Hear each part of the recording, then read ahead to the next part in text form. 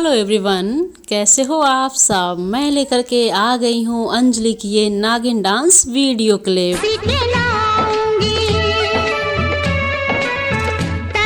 आपके अपने चैनल फन विद स्टार पर आप लोगों ने कई बार अंजलि की नागिन डांस वीडियो देखी है और इसी के अकॉर्डिंग आप लोग बताएंगे कि आप लोगों को ये वीडियो कैसी लगी।